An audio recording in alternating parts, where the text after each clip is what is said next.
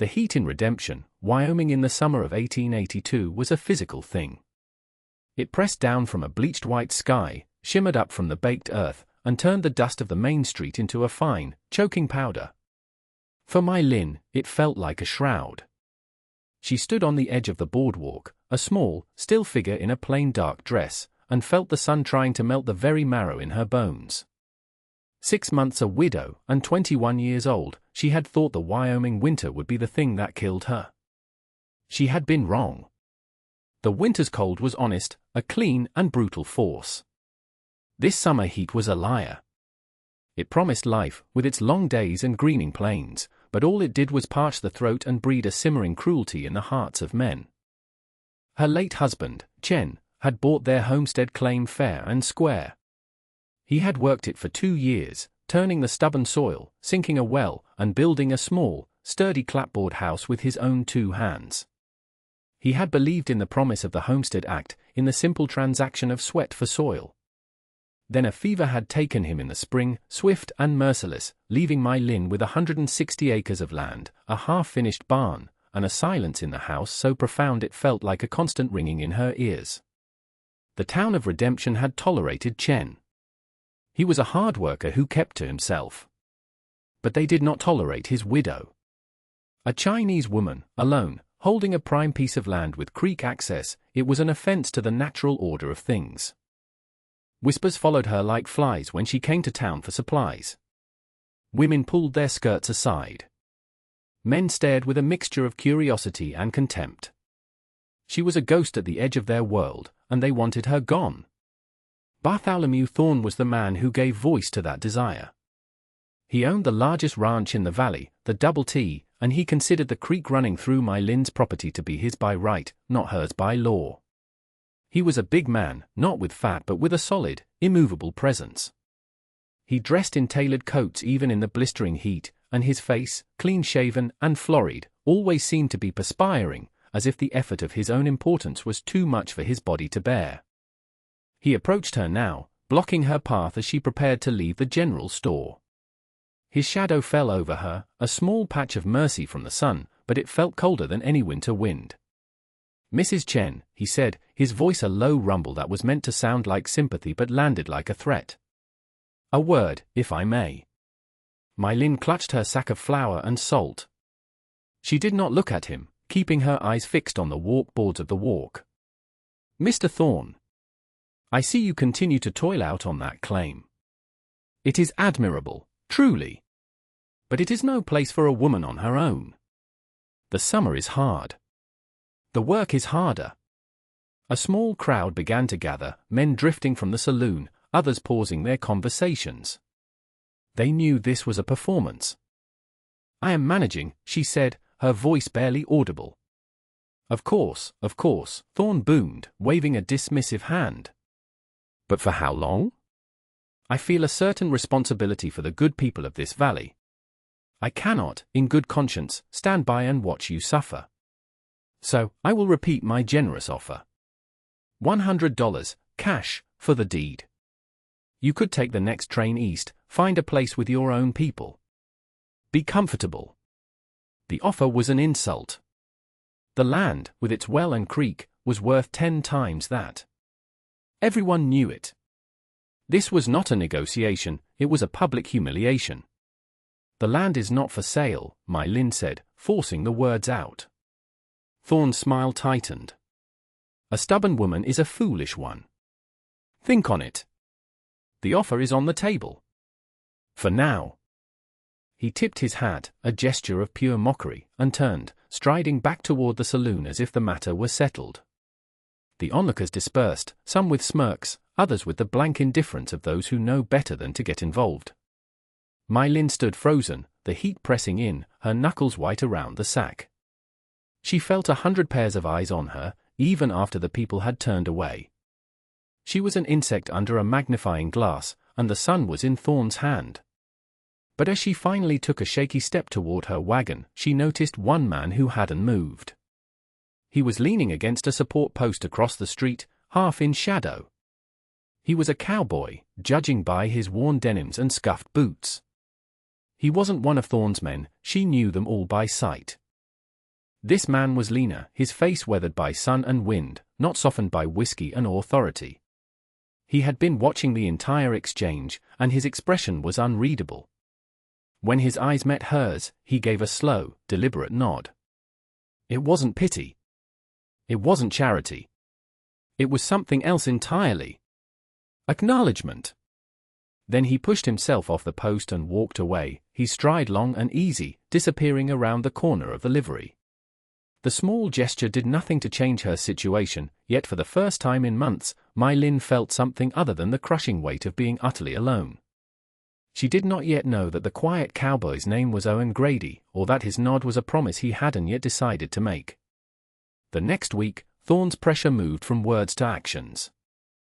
The small creek that watered My Lin's southern pasture suddenly ran dry. It was a simple matter of a new, hastily built dam of rock and mud a mile upstream, on Thorne's property. It was a cruel, deliberate strangulation of her land. Without that water, her small herd of cattle would have to be sold, and her vegetable garden would wither and die. Hauling water from the well was a back-breaking, impossible task for one person.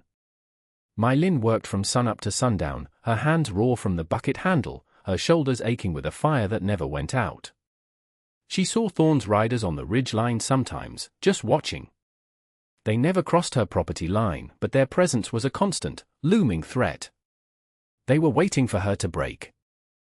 One evening, as twilight bled purple and orange across the sky, she was trying to mend a section of fence along the main road when two of Thorne's men rode up. They stopped their horses just a few feet away, kicking up dust that settled on her. "Evening," one of them said, a lazy drawl dripping with insolence. He was a young man with a cruel mouth. "Working mighty hard." My Lin ignored him, her attention focused on wrapping the wire around the post. Her heart was hammering against her ribs. "Mr. Thorne, he's a patient man," the other one said. "But his patience is wearing thin. This land, it wants a man to work it. Not you." The first one laughed. "Maybe she needs a man to help her. That it? You lonely out here all by yourself?" He made a move to dismount, and a cold dread seized My Lin. She gripped her fencing tool, the metal heavy and useless in her hand. She had nowhere to run. "That's enough, boys." The voice was low and calm, and it came from the road. All three of them turned. It was the cowboy from town, Owen Grady. He was on foot, leading a chestnut mare. He didn't look threatening. He didn't have a hand on his gun. He just stood there, watching them with those steady, unreadable eyes. "This ain't your business, Drifter," the young rider sneered, though his confidence had faltered. "A man's business is what he makes it," Owen said, his voice still quiet. "And right now, my business is seeing that the lady is left to her work. So why don't you and your friend ride on back to the Double T and tell Thorne his dogs have forgotten their manners?" He took a step forward. It was a small movement, but it held a world of intent. The two riders looked at each other. They were armed, and they had the numbers, but something in Owen's stillness gave them pause. He looked like a man who knew exactly how a fight would end before it even began. After a tense moment, the first rider spat on the ground near My Lin's feet. "Come on, Jed. She ain't worth the trouble." They wheeled their horses around and galloped away, leaving a cloud of dust and humiliation hanging in the air. My Lin stood trembling, the fencing tool slipping from her grasp. Owen walked over, stopping a respectful distance away. He bent down and picked up the tool, offering it to her handle first. "They didn't hurt you?" he asked. She shook her head, unable to find her voice. He looked at the poorly mended fence, then at her blistered hands. "That wire needs to be pulled tighter. You got a stretcher?" She shook her head again. Chen had always done this work. Owen nodded, as if this was the most normal conversation in the world. "I've got one in my saddle bag. I can finish this stretch for you, if you'll allow it." He didn't wait for an answer, just turned and walked toward his horse. He worked with a quiet efficiency, his movements sure and economical. He didn't speak, and My Lin was grateful for the silence. She watched as his calloused hands expertly tightened the wire, hammered the staples, and transformed her clumsy repair into a solid, straight fence line. When he was done, the sun had set completely, and a blanket of stars was emerging in the cooling sky. "Thank you," she said, her voice small. "No need for thanks," he replied, wiping his hands on his denims. He looked toward the dry creek bed. "Thorn's doing, I imagine." She nodded. "He wants the water." "He wants the land," Owen corrected gently. "The water is just his lever." He looked at her, his gaze direct. "You shouldn't be out here alone." "Not with him pushing." "This is my home," she said, a spark of defiance in her tone. "I have the deed. The law is on my side." A sad, knowing look crossed Owen's face. "Sometimes the law is just a piece of paper, and the man with the most guns gets to decide what it says." He gestured to her house. "You have food? Water in the well?" "I have enough." He nodded again, seemingly satisfied. "I'll be camping down by the river bend for a few days.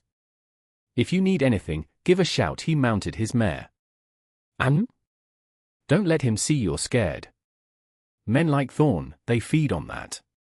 With another nod, he rode off into the darkness.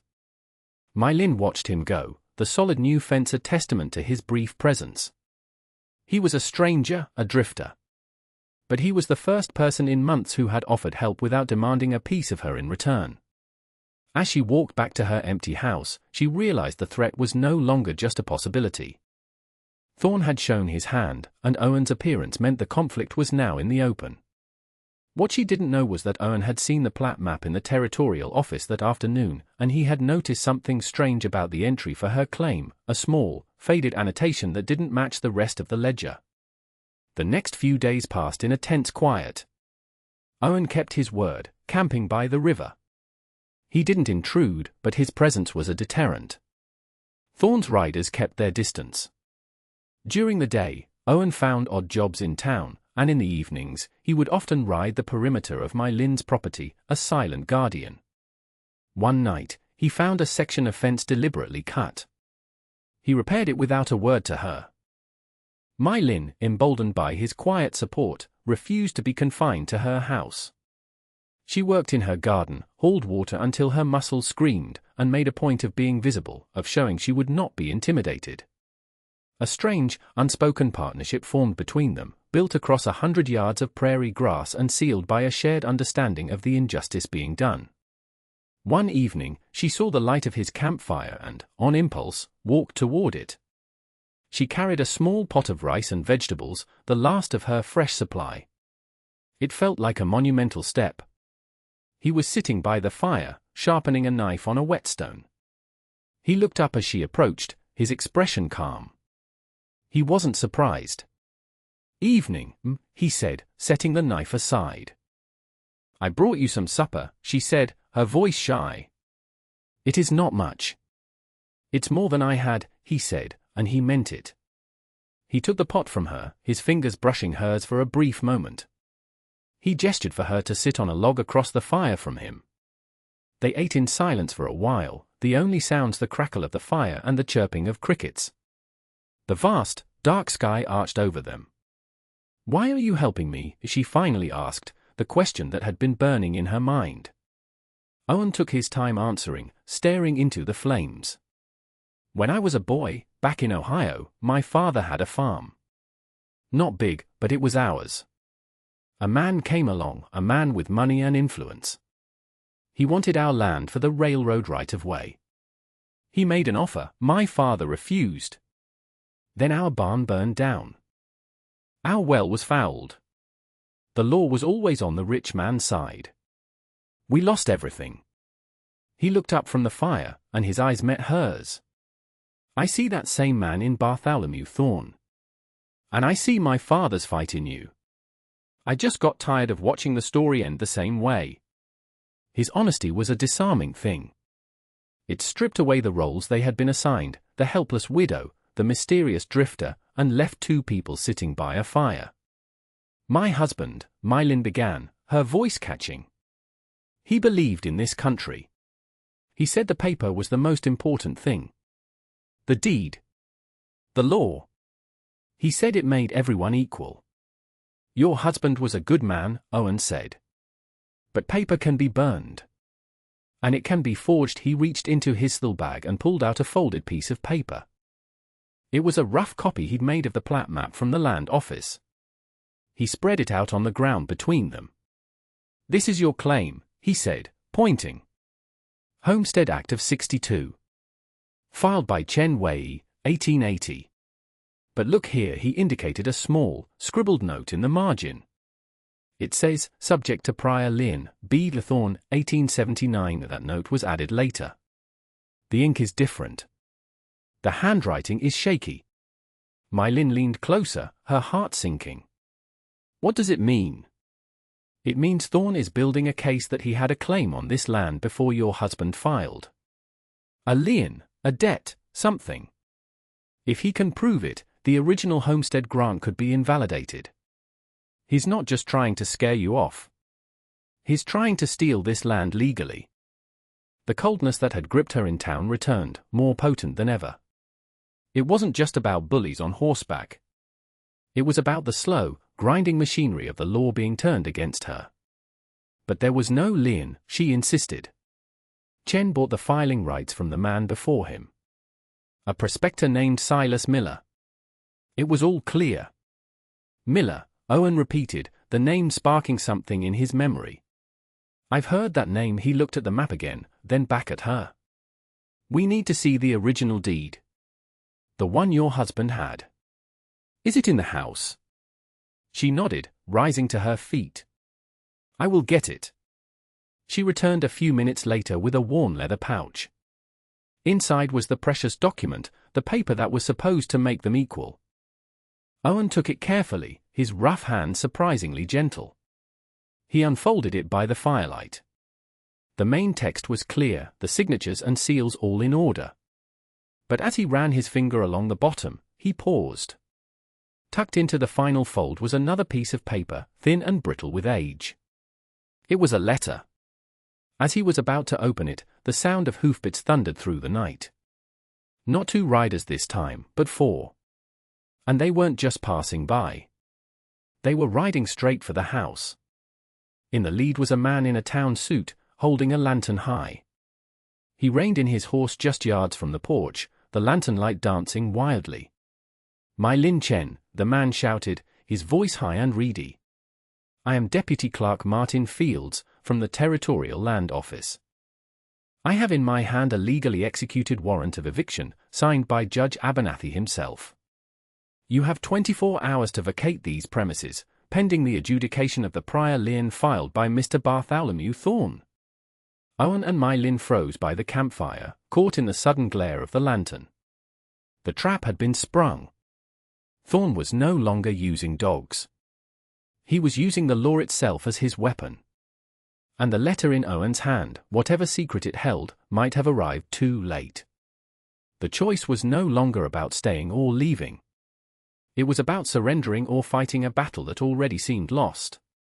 Mylin looked from the official warrant to the quiet cowboy, her entire future hanging in the balance of that terrible, silent moment. She had to trust him. It was the only choice she had left. Mr. Fields, Owen said, his voice cutting through the clerk's pronouncement. He stepped out of the firelight, the deed and the hidden letter still in his hand. You've traveled a long way to deliver a message based on a lie. The clerk, a small, nervous man, squinted at Owen. And who are you to question a territorial warrant? I'm a man who can read, Owen said calmly. He took a step closer, holding up the letter he had just found. And I believe this piece of paper tells a different story than the one Mr. Thorne paid you to tell. Fields faltered. He was a bureaucrat, not a gunman. This was supposed to be a simple matter of serving papers to a frightened woman. The presence of this quiet, confident man changed the equation. This is a legal matter, Fields stammered. It will be settled in Cheyenne. Then that's where we'll go, Owen said. He turned to Mylin. Pack a bag. We ride at dawn. The decision was a tremendous risk. Leaving the homestead meant it would be vulnerable, open to Thorne's depredations. The journey to Cheyenne was long and costly. But staying meant certain defeat. Mai Lin looked at the house Chen had built, the garden she had tended, and then at the steady resolve in Owen's eyes. She nodded. I will be ready. The trip to the territorial capital was a grueling 3-day ride under the relentless summer sun. They spoke little, the urgency of their mission a silent passenger between them. In Cheyenne, the air was thick with the dust of progress and the smell of money. The Territorial Land Office was an imposing brick building, a place where fortunes were made and lost with the stroke of a pen. They found Bartholomew Thorne already there, speaking in low, confident tones to the chief registrar. He turned as they entered, his face registering first surprise, then contemptuous amusement. Well, well, Thorne said, his voice echoing in the high-ceilinged room. The little widow and her stray dog. Come all this way to delay the inevitable? The law is the law. We've come to see it properly applied, Owen said, walking directly to the registrar's counter. We're here to contest the eviction warrant for the Chen homestead, based on a fraudulent lien. The registrar, a man with a weary face and ink-stained fingers, sighed. Mr. Thorne has presented a signed affidavit from 1879. It's all in order. Is it? Owen asked. He carefully laid the original deed on the counter. Then, beside it, he placed the brittle letter. This deed was purchased by Chen Wei from a prospector named Silas Miller in 1880. That is a fact. Miller was a squatter, Thorne boomed. He had no right to sell. He had every right, Owen said, his voice never rising. He tapped the letter. Because he, in turn, had bought the original claim rights from the first man to work that land. A man named Walter Thorne. The room went silent. Bartholomew Thorne's face went from florid to pale. Walter is dead, he hissed. He is, Owen agreed. But his words aren't. This is a letter from your brother, Walter, written to Silas Miller. In it, he details how you, Bartholomew, cheated him out of his partnership in the Double T, and how you agreed to give him the small parcel of land with the creek as his only settlement. This letter is his testament. It is, for all intents and purposes, his deed of sale to Miller. Owen looked at the registrar. The shaky signature on your ledger, the one noting a lien. It's a forgery of Walter's name. A poor one. But the signature on this letter, confirming the sale to Miller? It matches other legal documents signed by Walter Thorne on file right here in this office. I checked this morning. The registrar's eyes widened. He picked up the letter, his professional curiosity overriding his weariness. He compared the signature to the one on the forged lien. The difference was undeniable. One was cramped and false, the other was confident and clear. Bartholomew Thorne was cornered. His entire scheme, built on a lie about his own brother, was unraveling. The shock in the room was palpable. This wasn't a dispute over a homestead, it was the public airing of a deep family betrayal. The cowboy hadn't pulled a gun. He had pulled a ghost from a folded piece of paper. This is preposterous, Thorne blustered, but the sweat on his brow told a different story. A fabrication? Is it? Owen asked quietly. Walter also mentions in this letter that the original survey marker, a stone with his initials W.T. carved into it, is buried at the northeast corner of the property. I imagine a U.S. Marshal would be very interested in taking a ride out there with a shovel. That was the final blow. Thorne stared at Owen, his face a mask of fury and defeat. He had been beaten, not by force, but by the truth he had tried to bury with his own brother. He turned without another word and stormed out of the office, his power and reputation crumbling behind him. The law, which he had so confidently wielded as a weapon, had turned on him. 3 months later, the autumn air in Redemption was crisp and clean. The oppressive heat of summer was a distant memory. The creek on Mai Lin's property flowed freely, its banks green and lush. Thorne's dam had been torn down by federal order, and Thorne himself was mired in legal troubles that would cost him half his fortune and all of his standing in the valley. Mai Lin stood on the porch of her house. It was no longer a place of silence and fear. It was a home. She had hired a man, a reliable older ranch hand, to help with the heavy work. Her cattle were healthy, and the small barn was finally finished, its new pine board smelling sweet in the cool air. Owen was in the corral, mending a bridle. He hadn't left. After their victory in Cheyenne, he had escorted her back, and he had simply stayed. He was no longer a drifter. He was a fixture, a partner. He worked the land with a quiet dedication, as if he were putting down roots for the first time in his life. Their partnership was unspoken, defined not by words but by shared labor, by meals taken together at the small kitchen table, and by the comfortable silence that existed between two people who had faced down a wolf together and won. He finished his task and walked toward the porch, his stride as easy and long as it had been the first day she saw him. He stopped at the bottom step, looking up at her. "The north fence is strong," he said. "Should hold through the winter." "Good," she replied, a small smile touching her lips. "The well is deep. The pantry is full. We're ready for the cold." They stood there for a moment, the vast Wyoming sky stretching out before them. They had built more than a defense for a homestead, they had forged a life. It was proof that a person's worth wasn't written on their face or in the language they spoke, but in the ground they chose to stand on. And they had learned that sometimes, the most profound changes come not from the roar of a gun, but from the quiet courage of a decent man who simply decides that the story will end differently this time. And that brings us to the end of this one. If you stayed with me all the way through, thank you. Stories like this one only get told because folks like you sit down and listen. If you liked what you heard, go ahead and hit that like button. And if you want more stories from the old frontier, subscribe so you don't miss the next one. Until then, take care of yourself, and thanks again for being here.